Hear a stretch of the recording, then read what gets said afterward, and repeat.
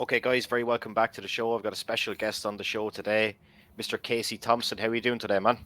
Ex Oh, great. WWE and WCW. Yeah, good. I'm doing great. How are you? Doing absolutely fantastic, man. Thanks. Really appreciate you taking the time out to talk to me today. I know we got in contact when I had Alex on, and of course, you and Alex are good friends and work together in WCW as well. Yeah, we were married for a long time, quite a few matches, and we I probably wrestled him more than any one person on TV. Which WCW had so many syndicated programs.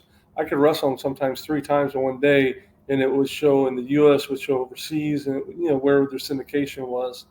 We always had really good matches, real good chemistry together. Um, I was brought up old school, so I mean, I think you had Bob Cook on just recently. Bob's like about Yeah, everything being real light. I was just the opposite. When I lay my stuff in, I'm gonna hit the hell out of you and make it look real. But I was brought in, mentored by, Blackjack Mulligan.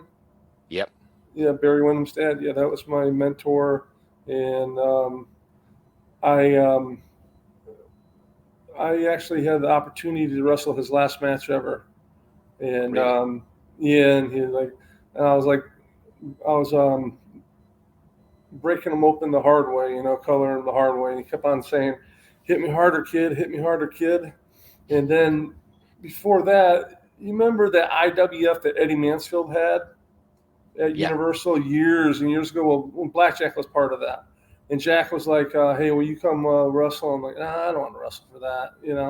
And he's like, the money was nothing, but it was in my town in Orlando where I grew up, and so uh, the first taping, Jack wrestled a guy, what's his name, Tony Mella, about a 350 pounder, and didn't sell anything for him. At this time, I was real small. I was probably about 180, 190. And Jack's like, "What do you want to do?" I said, "It's your match. You tell me what you want to do. I'll do anything. You know me." And he's like, "No, no, you just call. Let's call it out there. You just tell me whatever it is." I'm like, "Well, if you're going to tell me to call a match, I'm going to look good." He's like, "Well, I'll cut you off when I need you to." I'm like, "Okay." He's out there. Granted, he was probably 375 pounds in. He's what, 6'7", 6'8", 6'9", something like that. Just a big old huge. cowboy. And so I'm like, tackle, drop down. His favorite spot was always tackle, drop down, get it again. So I'd say tackle, drop down, get it again, kick out, body slam, uh, hip toss, and he's taking all, and the whole crowd is just doing, because I'm this little guy that's just beating the shit out of Blackjack Mulligan, and he's selling for me, which I don't think Jack sold for hardly anyone his whole life. It's just he was my mentor. He had a school. I used to run it for him. I was there for every practice, training guys and stuff like that. So he was just a great guy. I got the privilege of going out to his ranch and spending about 5 or 6 hours with him and Barry, um, right before he passed away. So I mean, he meant a lot. Gave me some great advice over the years, and he's definitely missed. Absolutely. And how, if we rewind back, how did you make the decision that you wanted to go into this crazy wrestling world? Ever since I was little, he's had something to do with it. I saw Dusty and Blackjack on TV against like the Zambui Express or something when they had the United States Tag Team title as a big old trophy. And uh, we grew up poor. I know my mom and dad, always robbed Peter to pay Paul, but we were in Fort Myers at this time, and they had wrestling at Lee County Civic Center, and me and my brother talked them into it. Now, if you rewind before me and my brother were born, my parents are from Michigan, so they're in the Sheiks territory, and they used to go Coble Hall. They did the whole circuit the whole week. They were at every event, so it's kind of this something I want to do as a kid. Everyone was like, "Yeah, sure, kid, whatever. Yeah, sure, kid." Then when I was on TV a couple thousand times, I said, "Hey, how about that, kid?" you know. So it's you know, I don't have a problem telling someone how I'm feeling. I don't pull any punches, and I'll tell you like it is. They don't like it. I don't care. I just tell what my perspective of my truth is. Yeah. And did you find back in the day, like obviously people talk about kayfabe and everything now, like did you take the business as serious as everybody else? Oh, absolutely, yeah, yeah. Everything was, you guys got. If I was out there wrestling someone that was talking loud, I would just take over and just beat the shit out of them, you know, and tell them, and then I get in the back, I'd give them a lecture. I don't care who it was. I've been on TV. I mean, back in the day, um, they put us against like Flying Brian or when Bagwell came in, he was real green. And the agents would pull us to the side and say, "Can you do us a favor, make him look good?"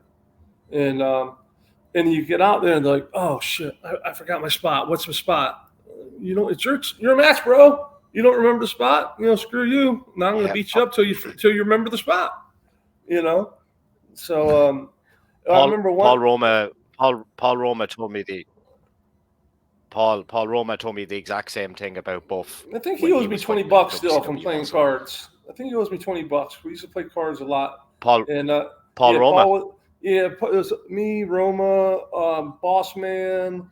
We used to play at the hotel after the tapings all night long. When Flair would be out in the tent where they had a big barbecue, and you find his Rolex every other day and his clothes, and just Flair being Flair. But it's back those days, Kevin Sullivan was the booker for WCW, and on the let's see, Kevin, and then his assistants were Paul Orndorff, Arn Anderson, Jimmy Hart, and I grew up with Kevin Sullivan. Like I met him the first time when I started wrestling. I was 15 years old, and we just to this day we're still very close friends, and we just hit it off really good, and watched him growing up. So he always took care of me when we did TV for money and for matches. I'm like, listen, I'm not coming this way to just sit. I want to work.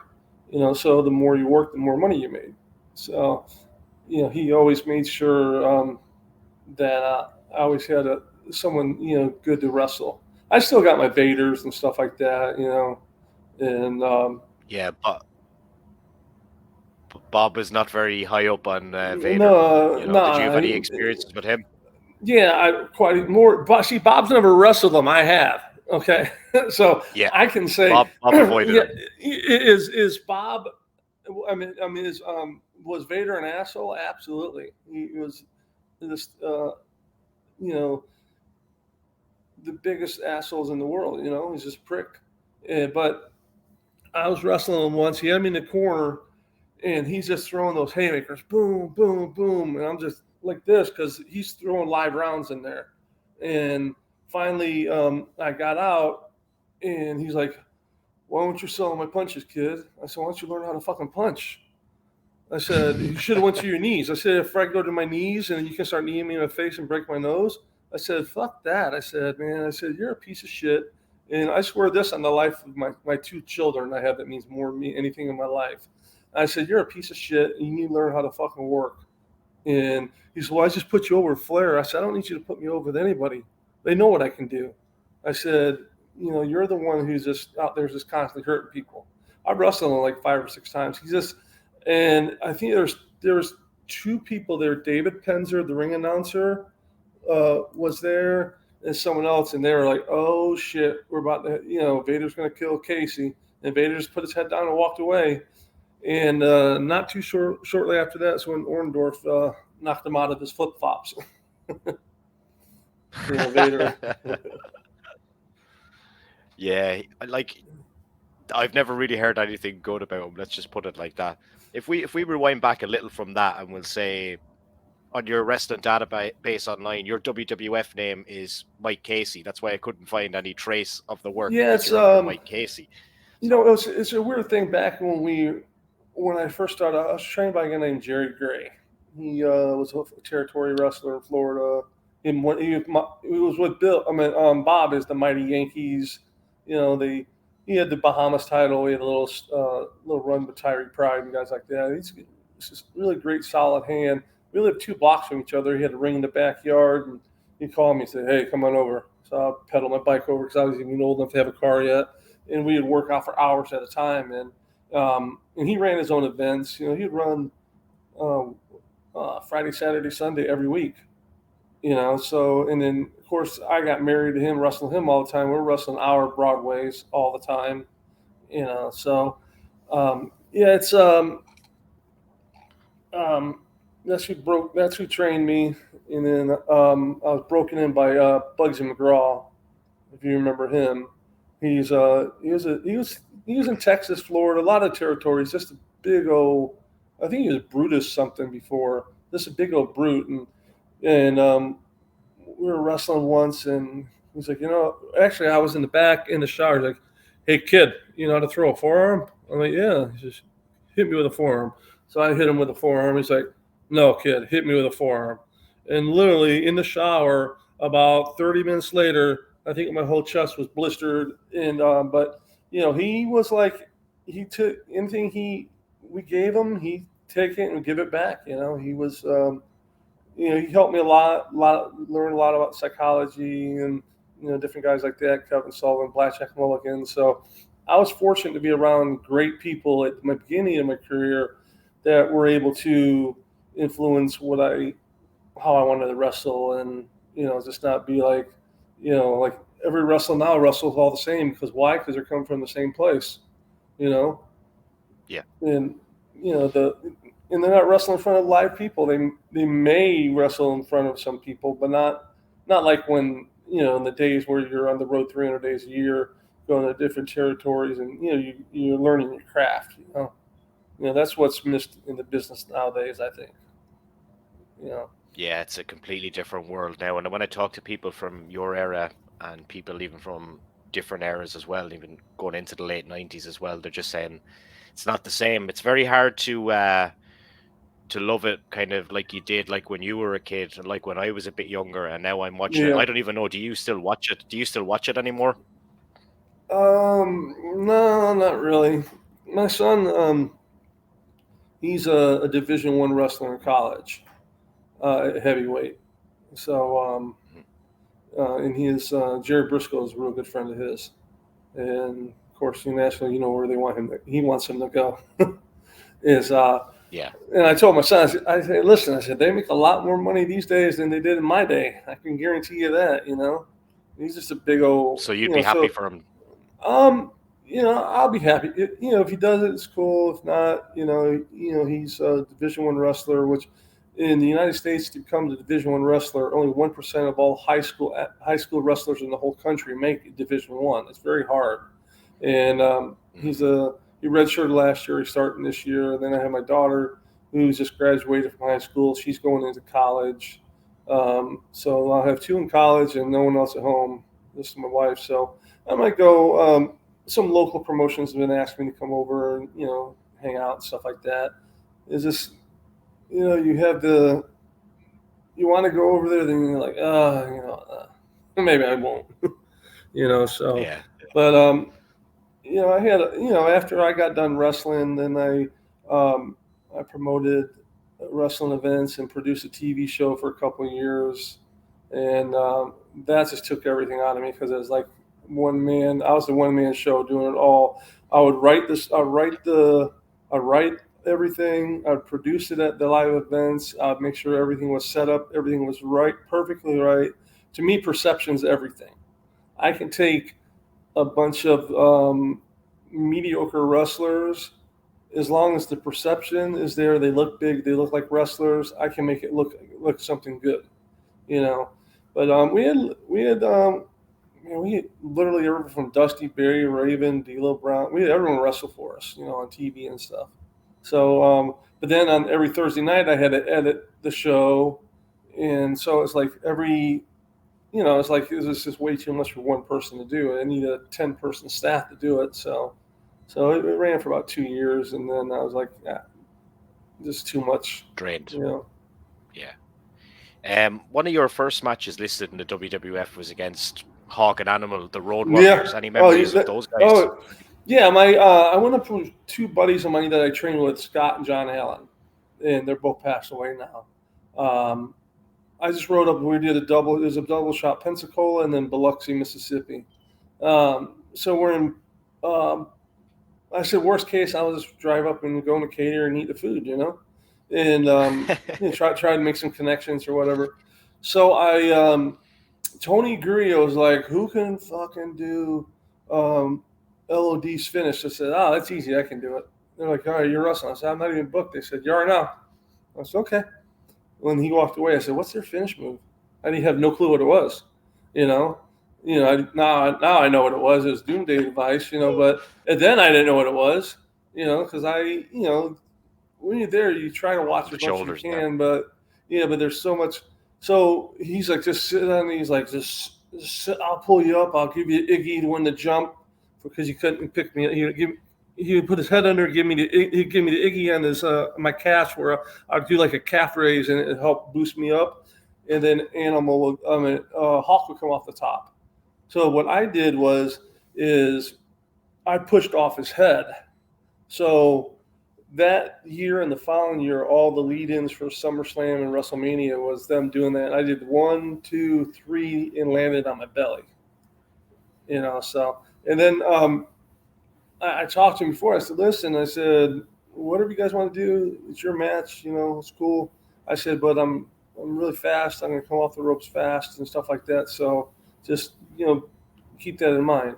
So Hawk called a power slam, and I came off, and it was too fast for him, and both of us went tumbling over the top rope.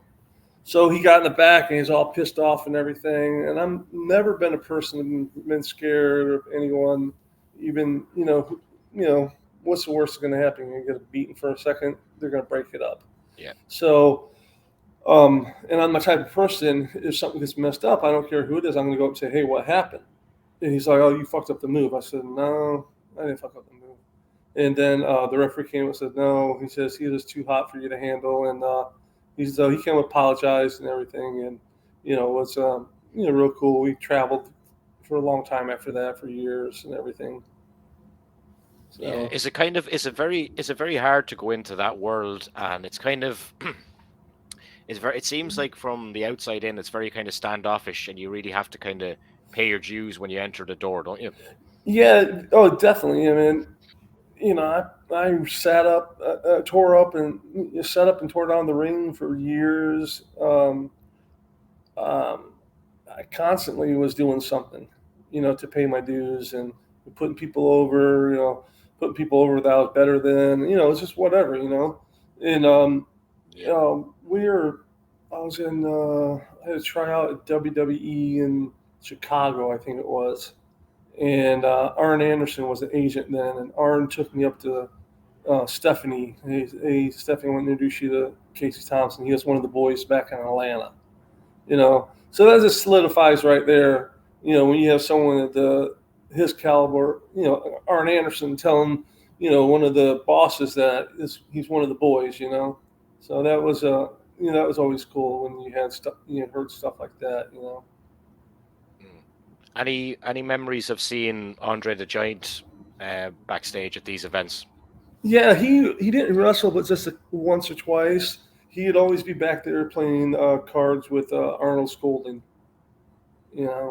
Everyone's just he's just old and in pain and stuff, so he just stayed away from him.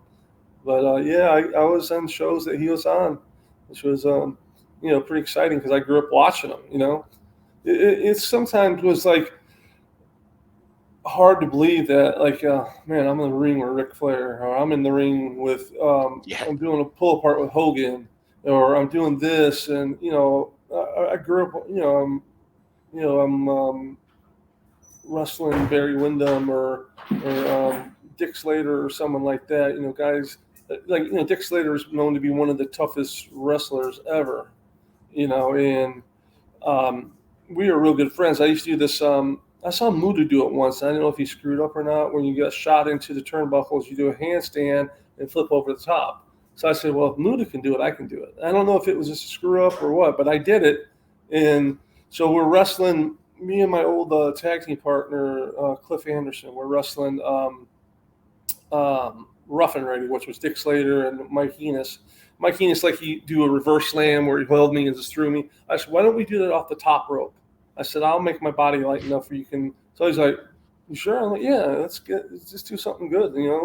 Even when you're doing jobs and stuff like that, you get bored just doing the same thing. So you're going to take crazier bumps because, just change things up. It's more fun. So I guess my foot hit the Jackie Crockett's camera and broke the lens, or no, someone else's lens. And then Dickie got in. He's like, "Hey kid, take that bump you like." I'm like, "Okay." So he threw me into the corner. I did the somersault over the top of the turnbuckles over the pole, landed on top of another camera guy. So at the count of three, 1, 2, 3, they said, "Hey, they want to see you in the booking office." I'm like, "Right, here we go." I'm like, this is what I'm waiting for. And it was Eric Bischoff, Hogan, Arn Anderson doing the talking, Kevin Sullivan, Paul Orndorff, Hogan, everyone from the committee, anyone who's anyone, wrestling related. Yeah. And Arn was doing the talking. It's like, "Casey, we appreciate all that you do for us, and that's why you're here all the time, is because we know we can depend on you, but we can't break two $60,000 cameras in one match." And when I was coming in, Dickie and Mike Enos was sliding behind me to get out real fast, and I was like, right then I knew something was up, and which I didn't realize it happened, and I'm like, "Hey, I apologize. I'm just trying to put you guys over, make them look the best I can." And they're like, "No, we get it. We understand. Just be conscientious of it." I kind of felt like, fuck, man. I'm like, I said, "Am I still getting my payday?" They're like, "Yes, you're getting paid still." I'm like, "Okay." So the next day, Orndorff comes to me and says, "Fuck those camera guys. If they're in your way, you break another fucking camera. I hate all those motherfuckers." That's how Orndorff was. And then Kevin was walking on the hallway. He's like, "Hey, baby." He says, "How many cameras are you going to break today?" So I knew it was okay then. If, those guys were like, it's cool. It's this part of the deal, Yeah. Do you have any memories we'll switch back to WWF again, about the Ultimate Warrior? Did you ever meet him along your travels, and what's he like? Yeah, he was pretty much just the way everyone else describes him.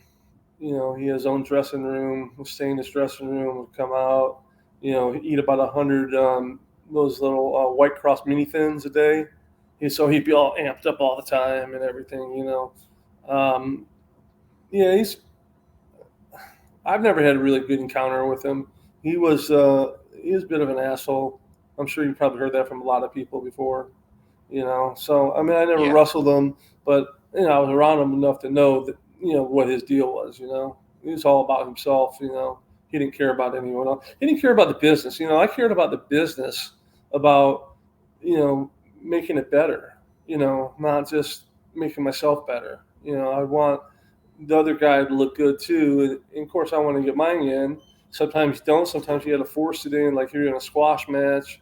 I always found very effective is when you're on the ground and you're like pull yourself up on their body to get up because you're like half dead or whatever. And when they reach up to grab your head, that skin right there on the side of that fat skin right on the side, right below your armpit and right above your oblique. I used to come in, I used to smack it real hard. Everyone sold for that because I was just smacking them as hard as I could there. So it was a little trick you learned just because we go home and say, "Hey man, I got 2 arm cranks in and a punch." It's like a big deal back in the day. We used to travel from Florida to Georgia. Penzer was the ring announcer then.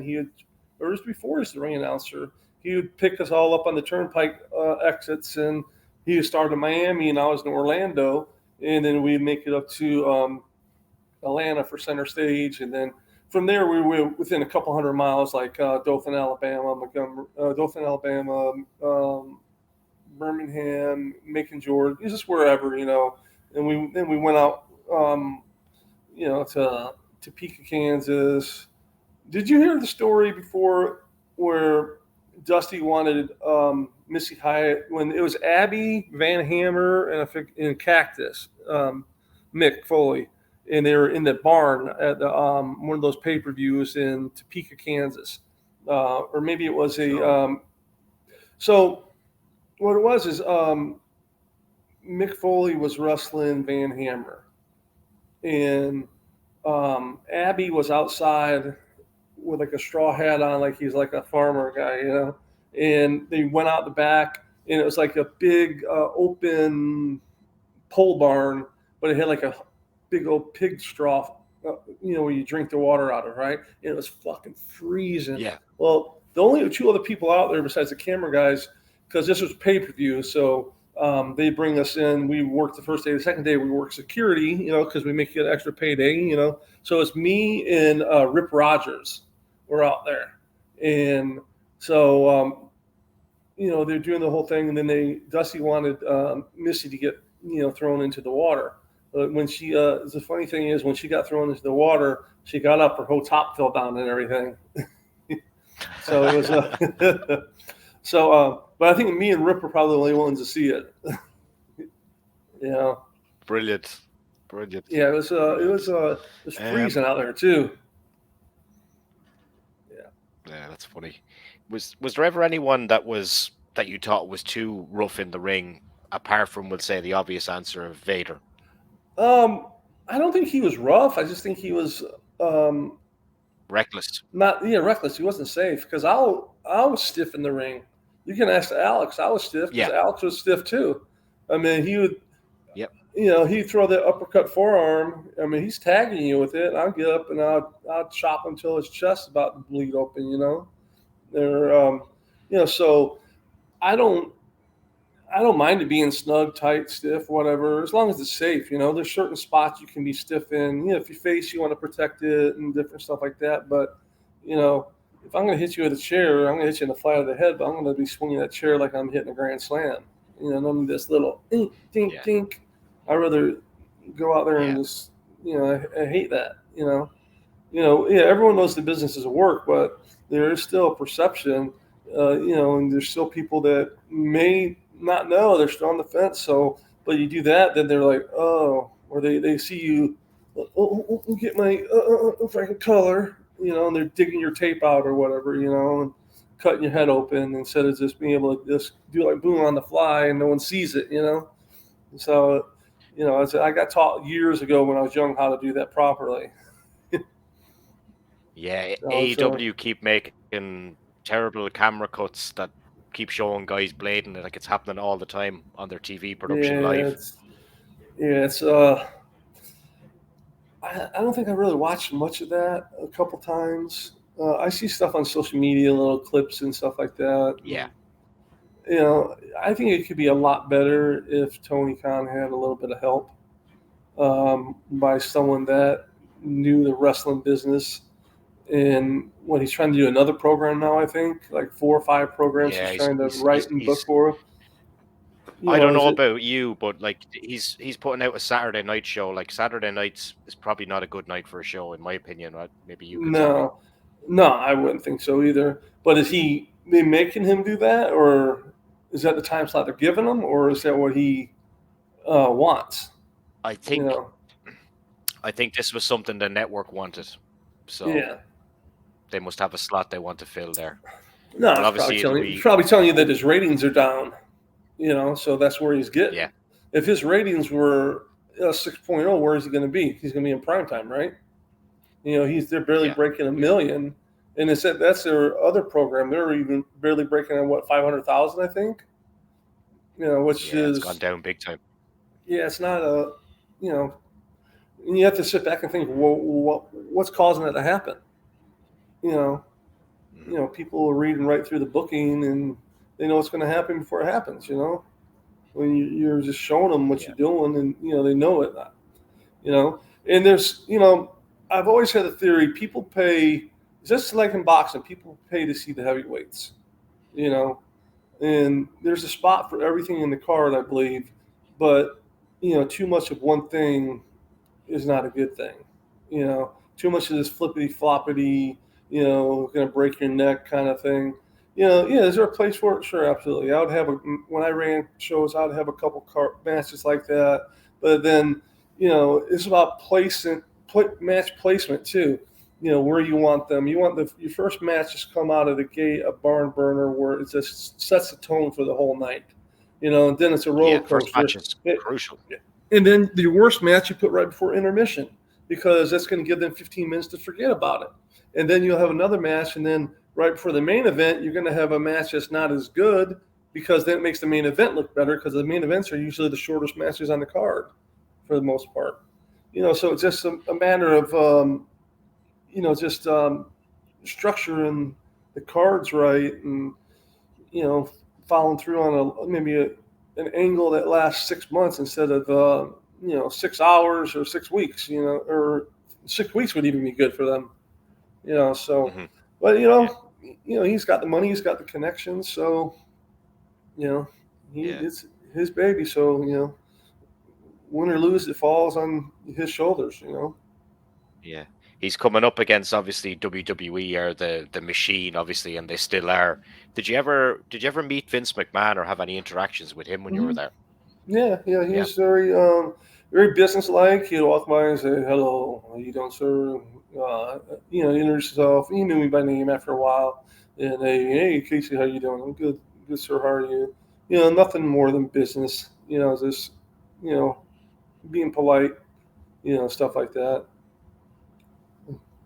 Yeah, yeah. So it's You felt appreciated by him though after a while. oh yeah. I mean, he made wrestling what it is. You know, so he Yeah.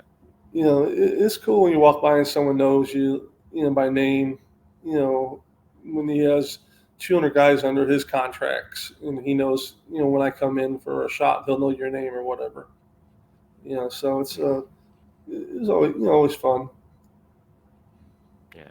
When you were in WCW, we mentioned off camera like you fought Alex Wright so many times, and hmm by the time you got back to WCW, was saying 1996, Hogan had kind of jumped ship from WWF at that point, and he was in WCW now as well, wasn't he? Yeah, yeah, that's right before the Yeah. NWO stuff. Yeah, I was there when Nash threw Rey Mysterio in the side of that wall like a camper, like a human dart. I was standing right behind the camera. Um, Actually, I think that Nitro, I kind of got fired. I was ringing the bell. I said because it was a bet. We did one of their Monday Night Raws or something was outside of in Universal. I'm sorry, Disney, MGM, outside. They built like a stadium stage, and so I was like I was three scaffoldings up above everything. I said, "Oh, I'll sit up here. I got a payday for doing it." And they said, "Just ring the bell. They'll tell you on the headset when to ring the bell." And everyone kept on ring the bell, ring. So I'm like, "Ding, ding, ding, ding." Apparently, you couldn't hear any announcers because I was ringing the bell so much. So I never did that a job again. But that was fine. We had yeah, I mean, Hogan was there. I mean, he's another guy that, I was in WWF or WWE when he was, and I remember Daytona once he comes, he says, "There's a security breach shooting people around my car," and you know, I mean, I met him on different occasions, where someday he was really really cool, and Kevin Sullivan opened a gym quite a few years ago. Now he sold it and he lives in Washington now, but he had a gym in the Florida Keys, and Hogan called him, said, "Hey, listen, they either call him Shorty or the Devil, and listen, Shorty," he's like, "You've done so much for me over the years. Let me help you. Let me do your advertising and publicity." And Kevin's goal was him and his wife Linda to open the gym to have 50 prepaid memberships. Right, their goal for the year Yep. was 150. Um, and then Hogan came in. There must have been a mile, 5 miles long, a line 5 miles long of people in cars waiting to get in there and he stayed there the whole entire time, signed every autograph on anything he wanted, pictures with everyone, didn't ask a penny for anything, was just doing it just because of Kevin. And, Wow. Kevin invited me to come down and help out and stuff like that because I'm real close with the family and everything. And, yeah, he was real cool. My wife was actually pregnant with my son then, and he put his hand on her belly. He said, "Oh, you got a little wrestler in there," and she's like, "Oh my God, don't tell me that." he started wrestling when he was 5 years old. Yeah, so I think I have a couple of pictures You of could, where I'm holding the guy and he's coming up and chopping him. And actually, for his 8th birthday party, I wasn't wrestling much at all. I was just running the company, and so I said, his birthday party, I'm gonna rent this gymnasium, put the ring up, the entrance, the lights, the tables around the ringside for the kids to sit at. The parents can sit in the bleachers. The invitations were tickets made from Ticketmaster. Their favor for the party was a poster of everyone on it, and like all the concessions was free. So it was a wrestling show. I had so many I had 10 matches, and I had to tell people, sorry, I can't. I mean, Billy Gunn was there, did it, for free because, we grew up together, in Orlando, started together. And I think Jake was about to do it, but he had to go to Poland for a carnival show or something. And but there, Prince Ikea from WCW, the world TV champion, he was there. I mean, there's a lot of named guys. Chaz from the Headbangers was there, and he's going to be there. His son is my wife's his son's godmother, and so there are so many people. And then we ended it. The wrestler Almighty Sheik. Yeah. He wrestled. Yeah, I was the one who trained him. Okay. And so he came in and started yanking on my son. And so, I came out of the crowd, and that's where we started our match and everything. And, it was like, people like, what are you going to do next year? I'm like, there's no topping it. It was like, if you're a wrestling fan, it was the greatest birthday party ever, So people still talk about that party today. It was a regular wrestling match. They were right up on it, and it was just a great time, Did you record any of it? Oh, I got the whole thing recorded, and someone took about 500 Excellent. pictures too. Yeah, it was really cool. It's something. In the end, when I got hit with a chair or something, and then he was messing with my son again, so I come up and schoolboyed him and pinned him real quick. 1, 2, 3. He bailed out, and my son came into the ring, and then my daughter, and then some of her friends, and so it was just it was fun, And it was, my wife had a different perspective on all the wrestlers, because they were willing to take a 6-year-old, 7-year-old kid and just take their weekend and come out and for no money just to be a part of it, and to do that for him and us and everything was just, just meant a lot and showed her a lot about the guys. Yeah, it was fun cool though. Story. Yeah. Yeah. I'm going to mention a few guys here just randomly, and you can tell me what you think of them or what they're like. Okay. Start with Chris Jericho. Yeah, he's cool. Yeah. Yeah. Yeah, he's cool. He's a nice guy. He likes to drink his wine. Yeah. Yeah. Chris Benoit. I thought Chris was probably one of the best wrestlers ever. When we did, we were in Disney tapings. I had a broken thumb, so I was trying to get the trainer. And the trainer, if you went under contract, he wanted nothing to do with you. Well, Chris Benoit kind of took care of that problem. Him and Regal took care of that problem. Every time I came out of the ring, that trainer was right there to take the tape off my hand. they just totally just reamed him out. It was going to kill him if he didn't do take care of everyone, just not the contract guys. Yeah. Sting. Pussy. Already. I wrestled him once, and Fonzie was the referee then. It was him and Luger, and so I'm doing the job. So I'm gonna try to sneak something in here or there. And Sting usually gives a little bit, and so I had him in the corner, and I was giving some kicks to the gut, flat boot and everything. But I'm laying my stuff in like always. So Fonzie came up, was like, "Why are you being so stiff with Sting?" I'm like, "Stiff? Let him cry and take his millions and go home." In the same match, Luger is so oiled up he has me in an arm bar, and he's just like posing at the camera, flexing and smiling. And I'm like, do something, do something. And he's just, just looking. All of a sudden, my arm pops out because he has so much oil on it. So going back to the beginning of the show, what am I going to do when we get in the back? Hey, what happened, right? And he's like, we were at center stage, we're in the hallway, real small hallway. So all the boys are out there. He's trying to make me look stupid. He's like, you just don't know how to sell. I said, I don't know how to sell? I said, okay. So here, he put me in the arm bar and crank on it. I'm going to show you how to sell. So I put it in my arm bar. I cranked on it and about ripped his shoulder off, put my knee into it and put him down to the ground. And he's like, whoa, motherfucker, trying to hurt me and kill me. Everyone just laughed at him. And he just walked away. I'm like, so, I mean, he was cool after that. But, sometimes everyone needs a reality check from time to time, So, but Randy Hogan, I had on the show. You probably know Randy. As yeah, well. I did a tour. I did a tour in Peru with him once. Yeah, they all thought he was Hulk Hogan, but he's only 2 foot too short. They actually had him. He's a great guy. They had him in the front car with a megaphone.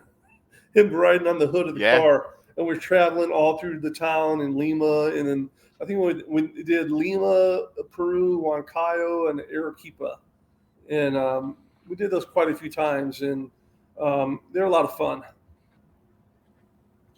And they all thought he was the Hulkster. Actually, I have pictures of him. He's laying in the airport, and we're in a room waiting we had to delay. He's laying on the ground.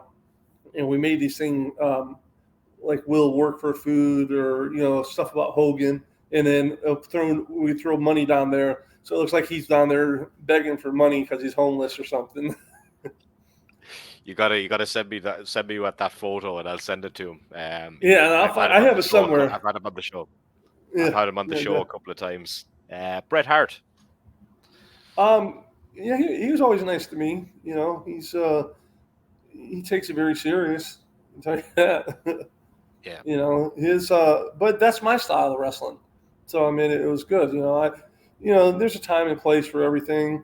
But when you're in WWE, WWF, there needs to be less Gaga and more, wrestling, in my opinion. Mm-hmm. Papa Shango, The Godfather, Charles Wright. I wrestled them both. I wrestled him at Papa Shango. We did about 12 entrances because his skull kept on catching the ring on fire. I'm like, I got to go back, come back, go back, come back. Oh, yeah, it was crazy. Yeah. But, no, he was cool. He's a real fun dude. Yeah, no issues with him at all. We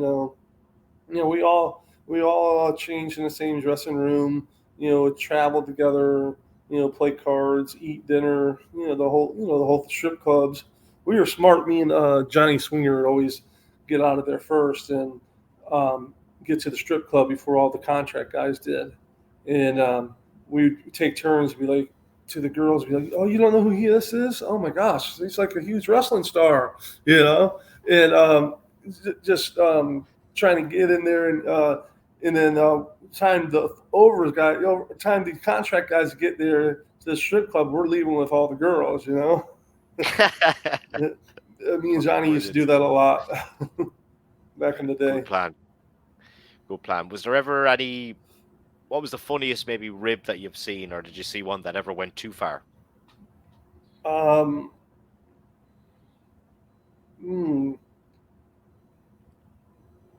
Let's see. I know a guy used to put, every time I tried to go out, he'd put like a lit cigarette in my boot. So I'm going out there, and it's like, I once, it was at center stage, and I had the rib. I just read this somewhere where there's a wrestler named Chris Sullivan that did jobs, and we kept on messing with them. That Dusty was the booker. Dusty wants you, and then someone cued Dusty on it because he kept on knocking the door and messing with the during their production meeting and everything. And so finally, I think someone smartened Dusty up, so Dusty called him back and fired him and said, "Get your shit, get out of here. You're never wrestling for us again." And he's all like about to cry and everything, and packing up all the stuff, and he's almost out the door, and he turns around, Dusty and all of us, everyone's out there just laughing. That just made it worse because then he thought he was just so over with Dusty, you know. But one thing we did to some kid was, his name was Jose Gonzalez. You know, that's the same name of the guy who killed Brody, right? We were in Kansas or something like that. He's like a new indie wrestler, you know, just started. And we're like, "Hey, did you bring your ring music?" He's like, "What do you mean?" He's like, "You have your tape, right?" He's like, "Yeah. Okay, you need to turn your tape in." "Oh, yeah, that guy right there, the big guy with the blonde hair," which was Dusty. "Go tell him, you know, say, hey, here's my ring music," and give it to him. He's like, "Oh, okay." So we're all sitting in the bleachers watching. He's laughing. Dusty's looking at him like he's crazy. And I'll go give it to him. And he ended up wrestling Stan Hansen that night. Oh, right. And how did that go? Oh, exactly how you thought it was going to go. He got the shit kicked out of him, especially with that name, you know? Yeah. It just so happened he had that name. And he never made a trip back up there ever again, you know? We used to have guys that were regulars that we'd go up all the time, take off maybe once a month just to get us off TV. And then there's guys who would just come every once in a while, you know. I was always going up there. Me, Bob Cook, John and Scott Allen, the two brothers talked about, Kenny Kendall. We used to be regulars on a regular basis. And then Orndorff took over all the enhancement guys. Jody didn't have it then. Went offered the Universal Disney. So then Orndorff would depend on me to find them guys. He'd call me middle of the night. I'm like, "Paul," I said, "it's 3:00 in the morning. These guys probably sleep with jobs. They want to be wrestlers? Then they tell them to have their ass there tomorrow morning." I'm like, "All right." I would never let them down. I always had guys there and everything. But, he was pretty intense. But, he always looked out for me, took care of me. He'd rip my ass after every match, tell me not to do it. He hated when Alex did all those flips. When you're arm crank, he'd like do the flip, that kick up, whatever. He's like, "Next time you just fucking start stomping his head in." He hated those. Like, I'm like, I'm kind of stuck between a rock and a hard place, trying to have a good match with Alex. He's calling it. But you got when the bosses, don't let him do it, Yeah. I had Bret Hart was speaking there a couple of months back about enhancement talent, and he said that Barry Horowitz should be in the WWE Hall of Fame. Do you believe that there's guys like Barry and other people that should be in there, or like the Hall of Fame is just a subjective thing though from WWE, but from wrestlers I talk to, it is important. Yeah, absolutely. You remember Billy Jack Haynes? Yeah. Yeah. Okay. As crazy as he is now, back in the day, they brought him in as WCW as the Night Stalker or something like that, or blood work or something like that. And he was like, you guys aren't job guys. You're not. You guys are star makers. He says, if it wasn't for you guys, we would never. I'll give you an example. I wrestled Sid a lot. In WCW, a lot. And so we're in Daytona. He left one of the WWF. And he's like, "Oh my God, you're here tonight?" I'm like, "Yeah." He's like, "Oh, I want to wrestle you." And I'm like, "Oh, fuck." I'm in a 6-man against the Nasty Boys and Mountie, and me and the Mountie got along really well, so we already had our spots worked out, and I was out of the match, so I didn't have to wrestle the Nasty Boys. So he took me to Rene Goulet. He's like, "I want to wrestle him." No. Then he took me to Tony Green. "I want to wrestle." No, we already set the card. Took me to Pat Patterson and Vince. He's like, "Listen, this is the only person who can do all my moves." He's like, "I want to wrestle him." They're like, "Whatever you want." So I wrestled twice in one program on it. But WWF never paid you twice. It pays you a flat fee for the day. So WCW pays you per match. Okay. Yeah. So we're going back in '92. So it was $150, right? So, he's like, "Man," he says, "I was here." He says, "Now I'm up here." And he got the world title right after it. And then one time, it's mislabeled on YouTube. It says Casey Thompson and I think Terry Davis. It says job guys take. against handicap against Sid. That's actually Rob Van Dam and myself wrestling Sid in a handicap match. Rob's name was Matt Burns. I don't know how he got it through, but he got through without them realizing it was. And afterwards, Sid came up to us and said, "Hey guys, listen, I appreciate everything you did for me out there. I know it's not much, but here," he gave us like, I don't know, 20, $30 a piece. Or he says, "Go have dinner on me tonight." Which is, that's fucking just, nice. yeah. I mean, they used to do that more in the older days, the old times. They don't do that stuff now. But Sid did, because Sid realized that we were taking bumps that I'm paying for to the day. I talked to him about a year ago, and I said, "Man," I said, "you owe me a lot of fucking money, bro." I said, "Oh, I wake up every morning about half dead because you taking all those whirly birds." And I think one time he power bombed me from in the ring to the floor. I mean, you name it, I've done it with them. So, but it's it takes a toll on your body after a while. Yeah, how is the body now? It's coming around. I have no cartilage in my knees, so it's a matter of, do I want to have surgery and do replacements, because they already said I need them. So for the most part, like I said, I had neck surgery. They had to fuse all my. They had to go in and chip through the osteoporosis, the arthritis, to get to my neck. My neck was already fused like this or something, to readjust it where I could. This is as high as I can look up now, and I can turn it here and turn it here. It's all, the whole neck is fused, and so there's a lot more, tons of stuff. The shoulders, or one shoulder's good, one's bad. So but you know what? How many people in their lifetime said they lived their dream? Did what they wanted to do since they were a kid. Everyone was like, "Sure, kid, Yeah, sure, kid." And I did it. Was I at the level of Austin or Taker? No, but was I one of the boys? Yes. So I mean, that's that's what was in the cards for me. I made a lot of guys a lot of money by making them look good. Yeah, I've never talked to anyone that regrets being in the business. No one's ever said to me, "Would you take it all back?" No fucking way would I take it back. I live my dream, like you said. I've done enough for 10 lifetimes. So I mean, what's day-to-day life like for you now? Florida. I live in South Florida. Yeah. What do you do? How do you fill out your days? Well, I have my kids I have to worry about, and then I work in an insurance company for health insurance. Okay. Which is a big whole discussion. Little bit in of the a change. in the United States. A couple presidents ago ruined it all.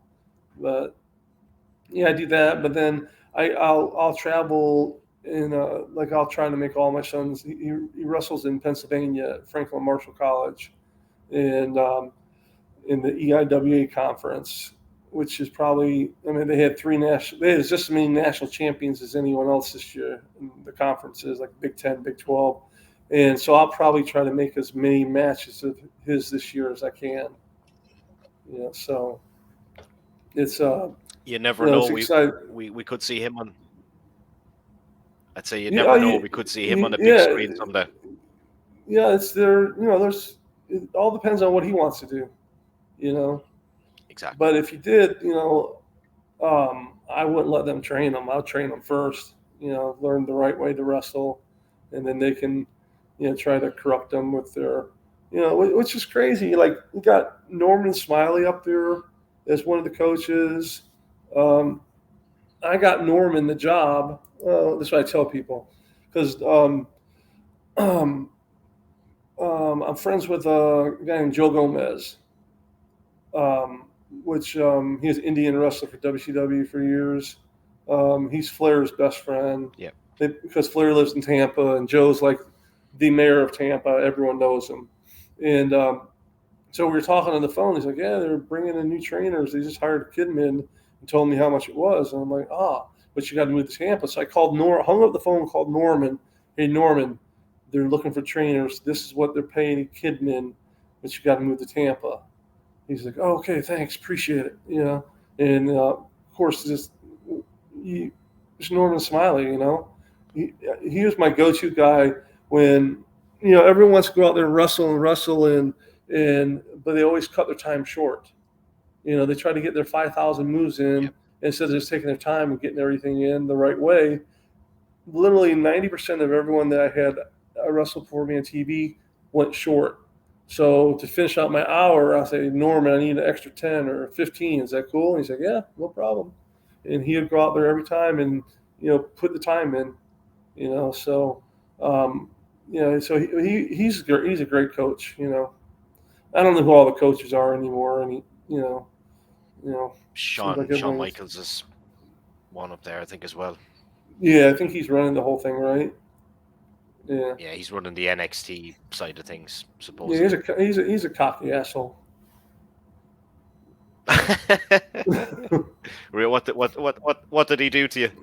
No, nothing to me. But there was one point him and Marty Jannetty was shitting in everyone's bags. So when you would literally bring your bag, carry it wherever you went, and you would take it to gorilla position, leave it by gorilla when you went out to wrestle and come back and get your bag, because he one of the two shit in Chief J Strongbow's bag once, and Chief was about to beat the shit out of him. Yeah. So yeah, I learned a long time ago. I would find a boiler room in the building when no one was in. Next thing I'd turn around, there'd be like four other guys in there, and then Flair's like, "Hey, can I come in here and change?" Yeah, of course you can. And but yeah, they used to do that. Pull ribs like that, and or the uh, locker lock. Lock all your bags together with someone else's, and or lock it to the bench where you can't take your bag with you. Just stupid stuff like Yeah, that. it sounds like you kind of have to be on edge all the time and just be watching everything. Yeah. Yeah, in my day, yeah. Nowadays, I don't even know if they know what a rib is. Half of them don't know, who, some of the greatest wrestlers are, like Danny Hodge. Half the kids don't, know who he is. So Yeah. I think they Billy should. Graham, Oh yeah, yeah. I think recently they should mentioned. have to. Yeah, I think they should have to watch, pass a test, and learn the history of wrestling before they even get in the ring to learn how to wrestle, learn to appreciate it more. They don't appreciate it like we did.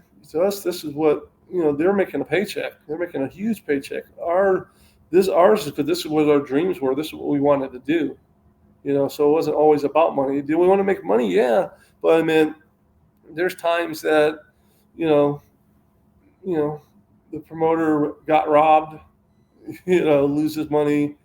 We're all working for Buzz Sawyer's.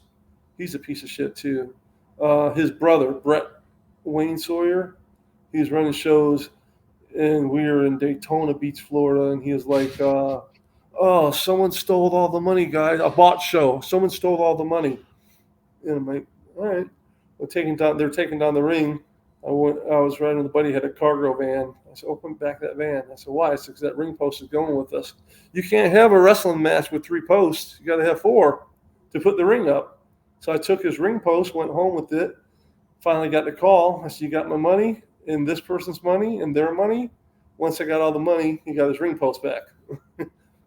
So, but Excellent yeah, he was thinking. just like he was just like his brother. Just a scumbag too. So, but there's a Yeah. lot of guys I like though. They're not all bad. Yeah. What do you think was your favorite match in your entire career, if you could pick one? Oh, I'll pick one. Let's see. I've wrestled Flair before, so that was you know, I've been in matches where Harley Race was in the corner and came up to me afterwards. Was everything okay? I'm like, what? You know, this is Harley Race. These are some of the Yeah. greatest wrestlers ever. So I've had some great matches like in the Indies and stuff like that, and We do Spot Fest, but then we make a story out of it or something in the beginning. They'd be like, in the end, they'd be like, oh, that makes sense now. That's how I like to tell Mhm. stories when I wrestle, is sort of like a drama with cliffhangers all over the place, and then finally it all comes together in the end. So that's how I'd call all my matches and stuff like that. And I can keep up with any in my prime. I can keep up with anybody. There's no one that I never blew up. I was always on the go.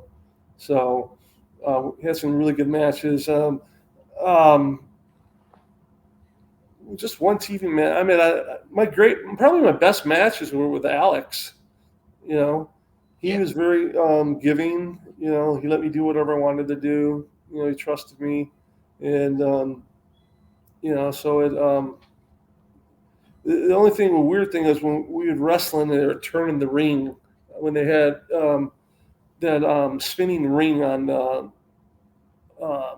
what was it, Pro or one of the Universal Disney shows. That was a little weird, because Yeah. and then you get thrown over, you're thrown out, and then you land on the edge of something because it was real small. The turning thing, it was just, you know. But if I had to pick one, it'd probably be with Blackjack Mulligan because he was. I mean, Kevin Sullivan too. Kevin's been a dear friend and helped me a lot. He'll pick up the phone anytime I call. So you learn the psychology by those guys who knew and know the business. Was is always Mhm. um, just worth $1 million. Just Yeah. So yeah, that, I mean, if it's a TV match, I wrestled Terry Taylor for 9 minutes once, with a good match, and then Bagwell screwed up the finish, so they put me back out there, and then Jackie Crockett's like pointing for me, come here, come here. I'm like, no. He's like, come here. I'm like, no, because I knew what was happening. They're kicking me out of the ring. I'm standing there waiting waiting for them to play the other guy's music, and Dusty's like, baby, we thought about it, and maybe we should kayfabe a little bit. So just switch with that guy over there. And I said, okay, who are you wrestling? He said, oh, Abdul the Butcher. I'm like, oh, fuck. And nowadays I'm glad because I got to wrestle him, And Yeah. in those days, he was, after the match, he would take a kendo stick and just tear your ass up. And so I'm like, I'm not getting hit with that kendo stick. So I was in the ring. He jumped me with a ring jacket in. He threw me. I went out. I went out of the ring, fell over the barricades to be by the people. So I figured he couldn't reach me. We had only 3 minutes entrance and exit, 3 minutes only, so we're only getting about a minute and a half of wrestling. So he threw me over. He gets me back. He does uh, he does something. He throws me in the ring. I roll out to the other side of the ring to get out. He comes, chases me down. He stands on me and throws me out of the ring again, and I look up and I'm like, oh shit, there's some wooden crutches right there. I'm like, fuck. And he saw them too, because he broke those things right over my head, and I just laid there like I was dead. And Nick Patrick was the referee. He's like, you okay? And I just did like that. And he's like, ring the bell, ring the bell. He disqualified Abby. I won the match. And so they helped me to the back. We got to the back. And I'm like, hey, thanks, guys. See you later. And I hauled ass out of there. They're like, oh, you just worked us Oh all. my I'm like, God. yeah, I'm not getting beat with a kendo stick. I used to use one years ago and killed people with it. There's no way I'm getting bit up by that thing. So, but it was cool. Excellent. I mean, Great. I got to wrestle him. Some older legends like that and everything. I got Arn, Barry before together. Barry by himself again. Um, Dan Spivey. I tell you who I had a really good match with, which you really wouldn't think um, was. I was just drawing a blank. Not Ice Train. Ice Train's partner, the Scott Norton.